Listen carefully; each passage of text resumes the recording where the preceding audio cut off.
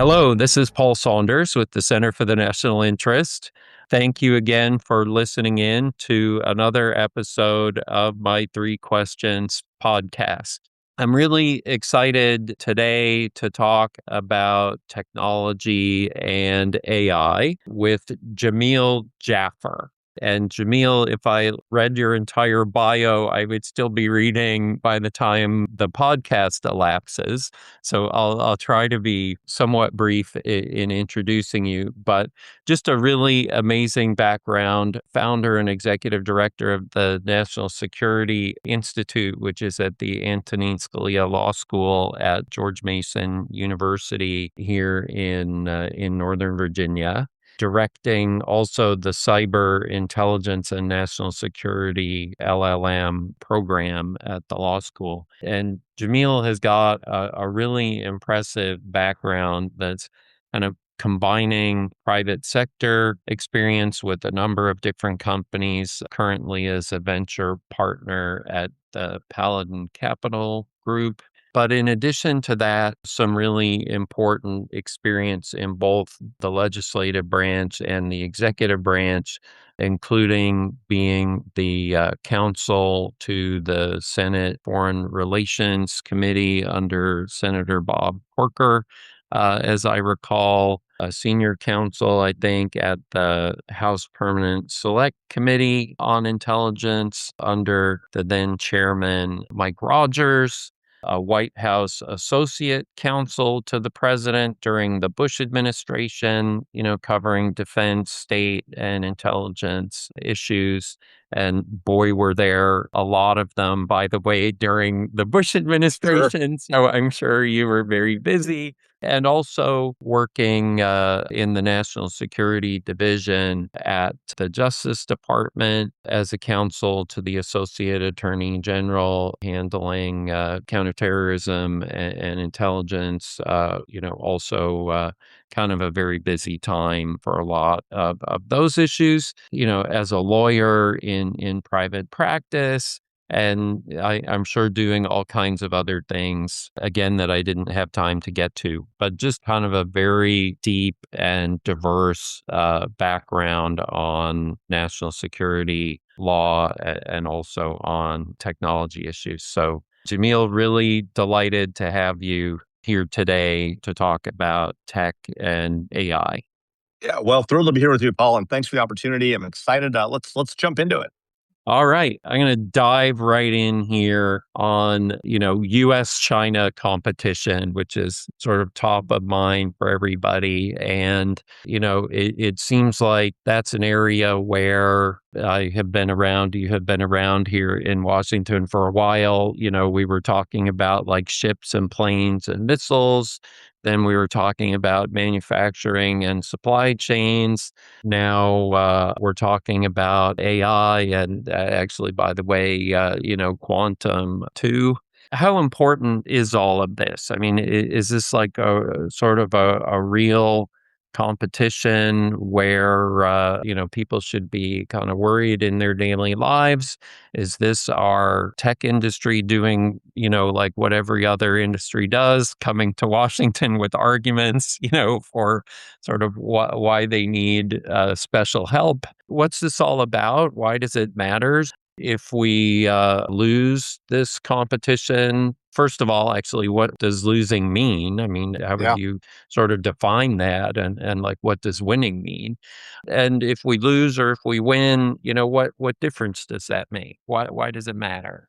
Well, Paul, I mean, it couldn't be more. This competition that you describe with China over in a variety of areas, but perhaps most importantly and most vividly in the technology space, could not be more important. What do I mean by that? Well, just give you one example. Every American, every person listening to your podcast has heard of, if not used, ChatGPT and by OpenAI, or Claude by Anthropic, Meta's Llama open source model, Google's Gemini, right? They've all heard of it. And they've all either used them, or they're aware of them, or they're aware of what's going on. They've heard rumors, right? At some level, everybody who listens to your podcast has heard about these things. And the reason why they've heard about them is that technology, in many ways, is transformative. It gives you rapid, that the internet was a sea change for American technology and for the globe. AI is now having a similar, if not more dramatic impact on the way that people work and think and operate and learn. Being at the forefront of that, which American companies are today, could not be more important. It's as if you ask the question whether we want to lead the internet revolution back in the 90s, right? Or whether we wanted to lead the computer revolution in the 80s, or whether we wanted to have the best technology when it comes to weapons systems for our Department of Defense, defend our nation, which we do today. Albeit there are some debates about maybe sixth generation fighters from China, fighter jets. And so there's no question that winning that race or being at the forefront of it allows us to set the agenda for what the world operates on, how the world gets access to it, and what's inside. And what do I mean by that, right? If you think about the Chinese model, there are a bunch of Chinese open source models that are competing with these closed for-profit models that we've seen in the US.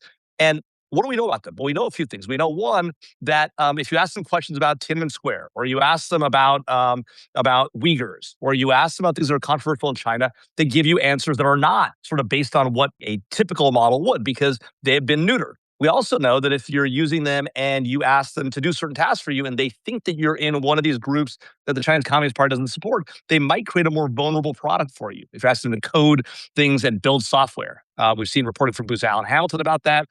We've seen reporting from CrowdStrike, the well-known cyber defense firm, about that. And so we know that these models have some challenges. And the challenge today is at least one of those models, Kimi K3, appears to be at the top of the stack. It appears to be the best, most capable model out there. That's just in the last few days by some measures. And we see a lot of American companies, in part because of the business model of our technology companies and the AI companies and the cost of using AI, as well as the fact that some of these models are pretty good, using these models to build their own software, to build capability, to use them in-house. And that's obviously a challenge for us from a national security perspective and from a long-term economic security perspective. So winning this race could not be more important. There's kind of an enormous amount in there to think about. I mean, I guess, first of all, it's kind of a revelation to me that somebody would want to use a Chinese model for coding if there's a risk that it might put a backdoor into your software that you don't know about, which is what it sounds like you're saying there. That's kind of really shocking. Are companies using these products without being aware of that risk? Are they using it kind of in full knowledge of that risk and they think that they have a plan to mitigate it? What's the thought process there?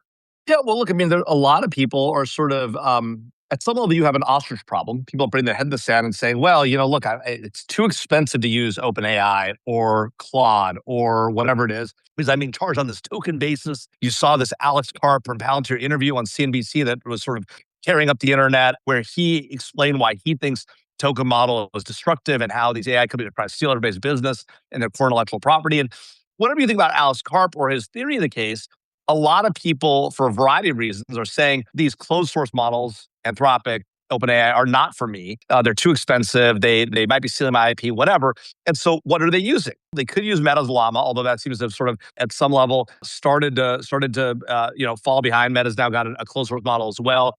There's been limited development in recent months that we've seen on it, although I expect they will catch up. And we've seen these Chinese open source models rocket ahead. Now, you might ask yourself, well, how are these Chinese open source models, if they don't have a profit motive, like OpenAI and Anthropic, these other companies, these guys are spending all this money to get infrastructure. Like, how are they doing it? How are they being so successful? And we know that part of the answer, at least part of the answer, is that they're engaged in what are called distillation attacks, where they're using American closed source models. They're putting a lot of data in, looking at the outputs, and sort of backfilling or reverse engineering how the model works, what the model's weights are. We know a little bit of distillation, but that doesn't explain how Kimi K3 comes out ahead of some of the top-notch today open source models, including Anthropic's Fabled 5, and because it's only been out for a little while. So how possibly could they be doing it? Well, there's a couple of theories. One, obviously they're subsidized by the Chinese state. There's no question that's how they're able to offer them open source. But second, we suspect that they are also engaged in IP theft. We suspect that they've got access to some of those high-end compute chips they're not supposed to be getting from the United States. That they're engaged in transshipment and the like to get access to these high-end GPUs. And all these things are big concerns. But to your question about, well, why would anybody use these models if they have these clearly understood potential vulnerabilities? Well, some people say they dismiss the CrowdStrike and Booz Allen reporting and say, well, that's just two American companies that provide service to the U.S. government in the tank. They're just not telling the truth. Now, of course, if you're a publicly traded company like CrowdStrike, not telling the truth would be disastrous for your stock price. It seems unlikely that they're going to do that. Booz Allen Hamilton obviously a very well known and well respected player. It would be unusual for them to make a report that was transparently false. There has to be clearly some evidence behind it. CrowdStrike laid out in their report and where they identified these vulnerabilities. Now, so there are some people saying, well, look, it's just not true, right? Fake news. There are some who say the value proposition just isn't there, and I don't really see it happening. And I don't see it today, so I'm gonna take the chance. And then there are those who just aren't aware, right? And who or maybe are not making themselves aware, or not doing the right thing to keep themselves up to speed on this stuff. There is such a massive cost differential that you can see why people might do it. But when you're a company, you've got to think about your own intellectual property and your own security and your customers. And if you're going to build core infrastructure or core capability, either for customer delivery or in your back end, that might have problems, you got to be really careful about that. And just, using Quen because it's cheap or free or Kimmy or the like and say, well, I'm running it locally, so there's no problem. The Chinese aren't stealing my data. That might still have flaws in the code. That's a real problem. To back up here for a second, because I think many people who listen are following these issues, but others, perhaps less so. Perhaps just like you've been talking about open source versus the Yeah, closed models, and the Chinese kind of using the open source, and the American companies having these closed models. Could you just explain very briefly sure. what that means to a lay person? And maybe open source and closed source is the wrong terminology to use. In the AI field, the right term to use, and I use the wrong term. The right term to use is closed weights and open weights. What does that mean?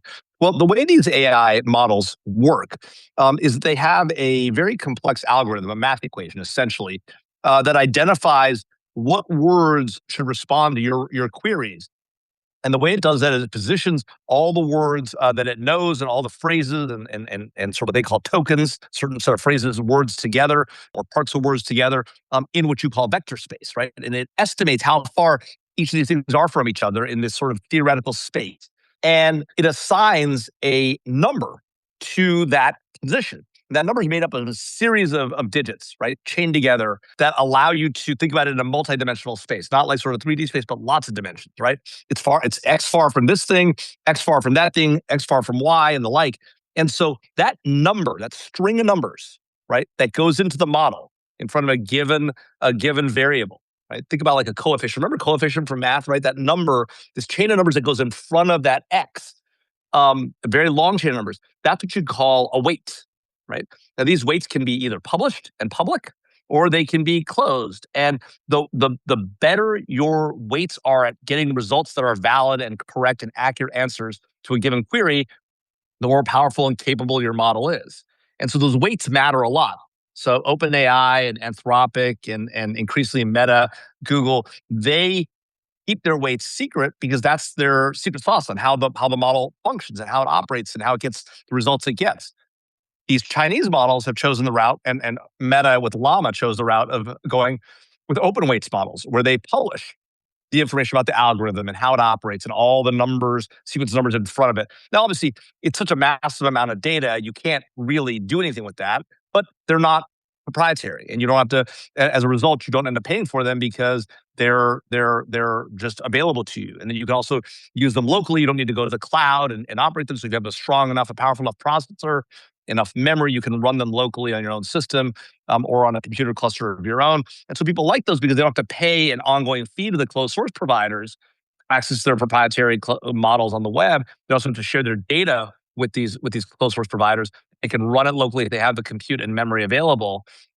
So that's the sort of the trade-off between closed weight and open weight models. And at least as far as we've seen until very recently, the closed weight models have always been more powerful because they've been trained. There's a profit motive behind them. Anthropic and OpenAI and Google and Meta have spent a lot of money on their closed weight models, training them up and spend a lot of time and effort, and compute power to do that. The Chinese are doing the same thing now, and they've actually been able to at least start to keep up with or get close to these closed source models. And in one case, Kimi K3 most recently, on at least some benchmarks, outperform the highest end versions of ChatGPT and Claude. I'm going to go a little bit off track here, but what you're saying actually, I kind of find really interesting. It just occurs to me, I mean, yes, these open weight models, it's like a huge amount of data, but the Chinese are using their models to understand the American models. Why not Sure. just take this fantastic new thing, Claude Mythic, that everyone is talking about, or Fable, I guess, which is the sort of more consumer-oriented version of that. Why not Right. just take that and analyze all the Chinese models and figure out what they're doing? And I assume maybe the Pentagon or someone else is already Yeah. doing that. Well, because they're open weights, we sort of know how they work. I mean, in some theoretical sense, there's so much data, it's hard to really sort of Right. say, right? That's kind of what I meant. Is we sort of Right. know, but we also sort of don't know. Couldn't we use the closed weight models kind of to interpret and understand how they really work? And I mean, on one hand, you can sort of maybe draw some security conclusions from that, but Right. on another hand, maybe there's something in there that is usable to make our own better. Yeah. I don't know. No. Again, I have no idea what I'm talking about here. My last computer class was like 40 years ago, Jamil. So, am I Well, Paul, crazy? the interesting no, you're absolutely right that we could use our models to analyze their models and understand where the vulnerabilities are and whether there are in fact vulnerabilities. And so maybe there's more work to be done in this space, but it ought to be a cautionary tale, I right? assume For it's kind any of American expensive, or allied. actually, but. No doubt, it costs money and time and effort, but maybe it's a valuable time and effort for the U.S. government or some of these, model makers who want to sell their own wares and say, look, here are the problems with these Chinese models, right? Like, not only are they stolen from us through distillation attacks and through IP theft and the like, but they're also potentially flawed and deeply flawed. And here's our evidence of that. Now, people may not believe it because it's coming from these providers, but it could demonstrate to people the value of using these closed source providers, these American providers. But at the end of the day, here's the real thing that we all have to think about, right? If there's even a 1% chance or a 5% chance that a Chinese model might be delivering you highly vulnerable or partially vulnerable software with deeply embedded flaws that you can't find and won't find until such time as they potentially use them, is that a risk an American company, any American company, much less a critical infrastructure provider or a core bank or a energy provider, like, is that a risk they want to take? If the answer is no, then you have to find a different path out. We either need American open weight models, right? We had that for a while. Meta's Llama was the leading open weight model in the world for a long time. It's now been eclipsed by these other open weight models from Kimi and Quen and GLM and the like. It's a really interesting and hard question. On top of that, the other thing that's really interesting is, our model manufacturers have, in part because of the government's actions, and in part because they believe it's important to self-constrain some of these models, have put limits on these models. You won't be able to ask ChatGPT or Claude to give you a recipe to a bomb or how to create a biological weapon or how to create a cyber weapon. There are increased constraints on them that sort of try to bound them. These Chinese open weight models don't have those constraints on them. And so one example, one interesting case in point was there was recently an autonomous and automated attack conducted using AI enabled capabilities on Hugging Face, which is a provider of open source open weight models. And they conducted the attack on it, and Hugging Face ultimately detected the attack. And we're trying to figure out how it operated and how it worked. And so they tried to use Claude. They tried to use OpenAI to analyze it. And they say in a report they published a few days ago, they were able to analyze it. But then they use a Chinese open source open weights model, GLM, and GLM was able to identify what was going on, how it was operating. It's really interesting because now you have an open weights capability that's actually better at enabling the cyber defense of an American company than our own closed source models, but not because it's necessarily more powerful, might be, but actually because it doesn't have bounds on it.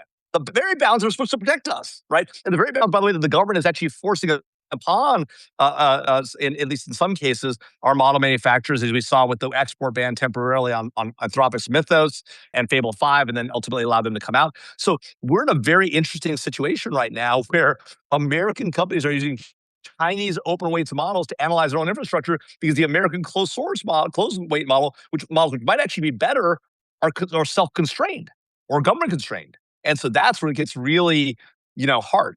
We clearly have a long way to go in getting our policy to catch up with our capabilities. But let me turn maybe to a second set of questions here, which will be maybe a little bit closer to home in a literal sense, for Americans. And that's this data center question.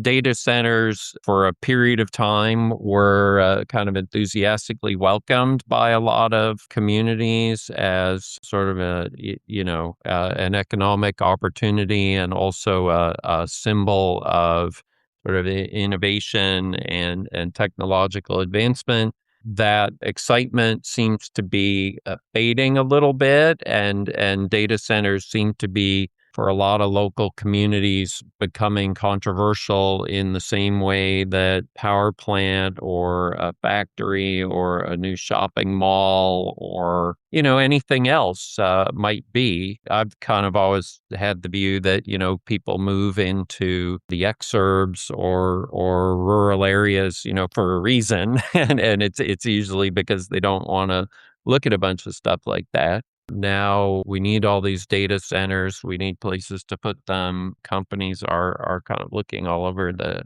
country to try to do that. People are increasingly appreciating, how much electricity it can use, to build those. There's a lot of public concern around water, although there does seem to be some technological progress around the water consumption. What's your view on all of this? How many data centers does America need? Where do they need to go? Why? What say should communities have about that? Do we just kind of tell every community that doesn't want a data center that, well, China has more than we do, or might have more than we do eventually, and we need to keep building them and you need to take it? What's the answer to all of that? Well, I don't know if you remember, Paul, but there was a huge debate, a few decades ago about cell phone towers. Right? People didn't want cell phone towers in their neighborhoods. They thought they were ugly. They thought they were unhelpful. They thought they were irradiating people's brains, and people were very worried about cancer and the like. And now you see cell phone towers basically everywhere. In fact, we're all very upset if we don't get 5G ultra wideband, at every step. If we see LTE, God forbid you get an LTE signal and you can't get your latest Instagram feed or whatever it might be, or your latest 4K video from HBO Max or Netflix. And like, So why one, isn't there a tower? Why isn't there a yeah, tower? yeah, no, Right. yeah. People are Yeah. angry. I need where's my cell phone tower? And so look, there's no doubt that people have a sort of not in my backyard reaction to some data centers. First of all, Northern Virginia, where I live, not right in my neighborhood, but just a little ways away, about half an hour, 40 minutes away, is probably the single largest concentration of data centers in the world.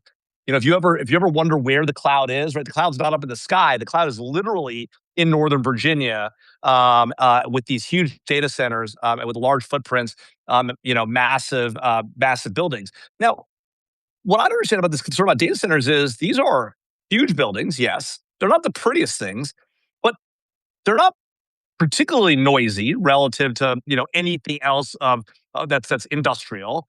They're not relatively ugly like some like cement plants and the like. Right? They don't generate the massive amount of toxic fumes of any type of agriculture or other productive activity. At factory. Right? They have a limited footprint. Again, they're not the prettiest things. They're just sort of these square buildings with no windows. You could make them prettier looking, and they they generate a significant amount of construction jobs. People's complaints have been, well, they might take too much electricity and raise my electricity prices. But in almost every case where this has come up, the companies that are using the data centers have agreed to pay their way on the energy rates. And actually, what ends up happening is that the electric power utilities are actually are building more power capability, are improving historical power capabilities, and so everyone in the community is benefiting from the more robust infrastructure they're getting, and they're not paying for it because in a lot of cases these companies have said we'll take on that extra cost and pay for the additional upgrades and the like. And so, and we see actually nuclear power plants that we're going to be going silent by some of these companies and restarted or continued in service. And so we're actually seeing more energy infrastructure coming up and more reliable power for our communities as a result of this data center boom than anything else. And by the way, it's this data center boom that's enabling the AI revolution that's taking place in America. If we stop building data centers, we're not going to lead the world on AI, and China will take the lead and win, and that's a real problem.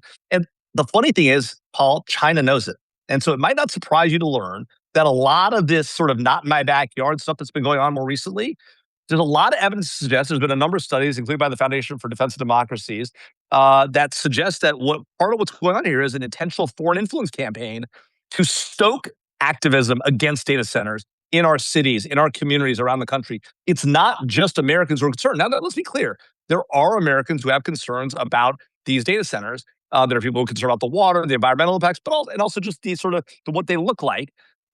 But a lot of that frustration and fear and the like has been stoked by an intentional foreign influence campaign coming out of China, and that's a real problem.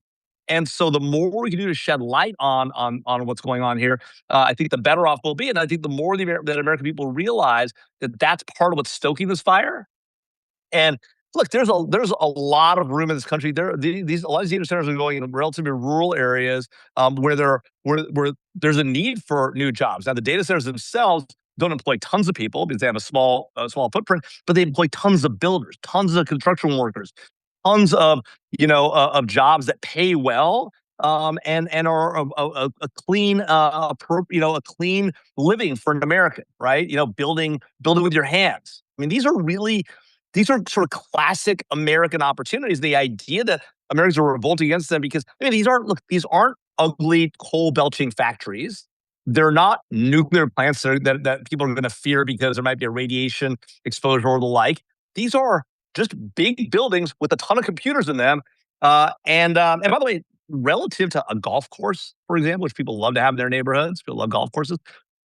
These use a tiny amount of water relative to a golf. They use a tiny amount of water relative to factories. In fact, they recycle a ton of their water. So what they use the water for is cooling. So you go into these pipes, it warms up, they then shed the heat, and they recycle the water back in. So yes, there's a certain amount of evaporation, so you got to resupply it. But a lot of the water is reused right there. It's sure your classic thing that environmentalists want. And so this idea somehow that we should slow down data center building because they're not, they should be in my backyard, they use too much water, the like, is literally shooting ourselves in the foot on a key technology capability that America needs to win this race against China that we've been talking about. There's a lot more that I know that we could talk about there, but I want to be sort of mindful of the time here and maybe pivot to the third topic where I wanted to talk to you a little bit. And this kind of gets directly at your background. Those are the legal questions.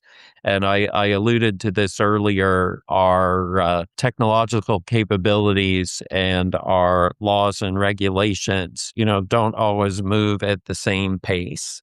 And that happens not just in, information technology or AI, but in a lot of other areas. It's been a big issue over the years, for like medicine, for example, drugs or new drugs or other kinds of things. And it happens in a lot of other areas. But with AI, we have like all these different debates, content creators versus the people building the models, who owns the information and is it sort of fair to take content, that others generate and use that to train your model and people don't get compensated for that. Then there are a lot of big debates about privacy There are debates about, are the models kind of politically biased in one way or another? There's been this fight recently, between the Trump administration and Anthropic about, what's appropriate use of that model. It's kind of intriguing, by the way,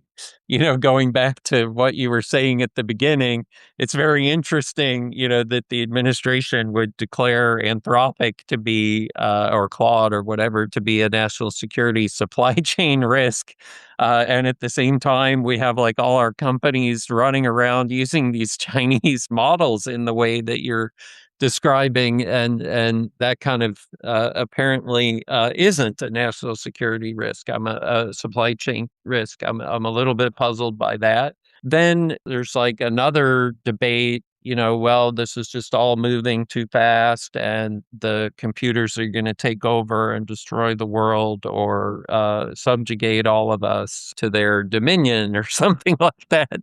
What's your view? I mean, I know that's a lot of different debates, and we can't probably address all of them in a reasonable amount of time. But what do you think about all of that? And just in a general sense, about the capability of our political and legal systems to sort of to keep up? Well, look, Paul, I mean, I think one, I'm an AI optimist. Okay. So I think that this is actually a hugely beneficial boon, not just to the United States, but to all the allied countries around the world, and to the world population generally, in the sense that AI is going to enable people to operate at a much higher level more rapidly. It's going to take a lot of sort of the lower level thinking off the table. It'll allow us to operate more effectively. I think it'll actually help kids get better at critical thinking. There's a lot of people that think that the use of AI tools actually removes the ability of students and young people to critical think. But I think used the right way, AI can be a great tutor. You can have a conversation with AI and go back and forth as long as you give kids the rights, and older students as well, graduate students alike, the right skill sets, and to know how to be curious and how to go at the models, and engage in a dialogue with them. I actually learn a tremendous amount, and there's great pedagogy around the use of AI capabilities. I think that's developing now. So I'm a big believer in artificial intelligence. I worry less about the sort of our robot overlords taking over. Obviously, there are a lot of very smart people in the AI field who have this concern. You've seen at every turn, for the last 4, 5, 6 years, you've seen prominent AI researchers come out and say, well, this version of the model is so dangerous that we ought to take a pause on AI development, or we're going to need the government to regulate it, or we're not going to release it yet because it's so dangerous. And yet, every time after a few months go by, that model gets released and the world doesn't come to an end. And the government, I think, to the benefit of our innovation economy and our economy generally, doesn't regulate it. And everything's fine. And they said it about earlier versions of ChatGPT 3. It's been said now about Fable 5 and Mythos. And look, some of these things may be true. There may be real challenges that need to be addressed by guardrails and the like. But we've seen these model makers put guardrails on themselves in order to address this. And we saw how that sometimes creates cybersecurity challenges in the case of this Hugging Face incident that we learned about last week. But look, there are opportunities here. And the question is, what should the law do about it? And how fast can the law evolve? And here's a couple of realities. One, there's no way that the laws can keep up with the technology, right? If you try to impose a law today, right, whatever it says, unless it's extremely flexible, and that's true of any regulation too, it will be outdated before the law is on the books. Before the ink is dry, it'll be out of date. And then what you'll be doing is you'll have people building to meet this little requirement, and they'll actually be building to a standard that's old and is ineffectual. And so you might think you're putting a good cybersecurity rule in place. And what you're actually doing is putting people back in the 80s for cybersecurity when they're in the 2020s. And so this is the real challenge with the government trying to regulate. All I'll say about regulation is this. If you want to know what regulation and technology looks like, and how it works or doesn't work, just look at Europe, right? You look at the levels of innovation, the number of startup companies in Europe that are succeeding, and that are wildly successful. And there are some good ones, but their numbers are much lower. And why? Because the EU and EU member states have decided to take a much more regulatory approach than the United States has. And they've clamped down on companies and their ability to innovate. And so people don't put money into work there. And again, there are some good, smart investments in Europe. There are some very good, capable companies in Europe, but there's a lot less in the United States, precisely because we've chosen not to overregulate the space, not to regulate almost at all when it comes to technology and innovation. And in fact, that's what's made us the home of the internet revolution. It's made us the home of the AI revolution. So if you just look at the scoreboard, right, the answer is very clear. I Overregulation was doesn't work. sorry, just to that point, I was kind of amazed. I remember probably a year ago or so, somebody had done one of these charts with like the value of the American companies, like the market value of the American companies and the market value of European companies. And I mean, you definitely have individual American companies in this space that are like worth more than the entire sector in Europe. And these are like legitimate, important policy debates. And there are, I imagine some people who may think that the market value of some of these companies are inflated. That's a whole separate debate, but it is kind of a stunning indicator when you really look at the scale of what the United States has achieved and compare it to our allies. That's exactly right. And Paul, look, if you look at today, the top 10 companies in the world by market cap, and it varies a little bit on any given day, but out of the top 10, 8 or 9 are American. And of those 8 or 9, 7 to 8 are typically technology companies. And that's for one simple reason. We have made it easy to build a company in America. We have the capital markets and structures in place to support those companies, and we don't regulate them out of existence. That is why capital flows here. It's why, frankly, even at a time when our politics are fraught and there are a lot of people across the globe who are like, America is going through a really terrible time, it is still why this is the primary place everybody in the world wants to come. It's the reason why we have lines at our borders, people begging to get in. It's because America is tremendously innovative. It's the one place in the world today that you still can go from the lowest levels of the economy to the highest levels in a single generation, right? It's a country where my father came here from Tanzania, right? We're ethnically Indian. My family spent 3 generations in Tanzania. My father came here with admittedly a bachelor's degree from the University of East Africa, but nothing else. And within a generation, his son was working in the White House of the President of the United States. Right? I mean, that doesn't happen anywhere else in the world. You can't go, to France and become a Frenchman. You can't go to Germany and become a German. Right? Nobody will believe you. You can come to America and become an American in a single generation if you're willing to work hard, you're willing to buy into our values and our culture. And yeah, we're going through a tough time, but it's still the freest and most successful company in the world, a country in the world. And we build the freest and most successful companies in the world. And it's because we don't build them with regulation and we build them on the basis of a free market. And that's something really special. And people around the world know it's special. It's why they all want to come here and build their companies here. They're not building their companies predominantly in other parts of the world. There are companies, again, that are successful around the globe. But the most successful historically have always been, and particularly in this technology revolution, have been here in the United States. Thank you so much, Jamil. I think we have to end it for today, but oh my gosh, do we have a lot still to talk about. I hope we can, try to do this again soon. To our listeners, thank you very much for listening in again to another episode of the Three Questions podcast. This is Paul Saunders at the Center for the National Interest, and I've been having this great conversation with Jamil Jaffer, who's founder and executive director of the National Security Institute at the Scalia Law School at George Mason University. There are like 3 different layers of institutions there, Jamil. That's like very long. But But all my bosses appreciate that you named all of them. So thank you for that, Paul. Whether it's the president of the university or the dean of the law school, everyone's like, yes, he said all 3. Nobody is left out. Nobody is left There out. you go. No child left behind. Right. Thank you so much for doing it, Jamil, and hope to talk to you again soon. Thanks, Paul.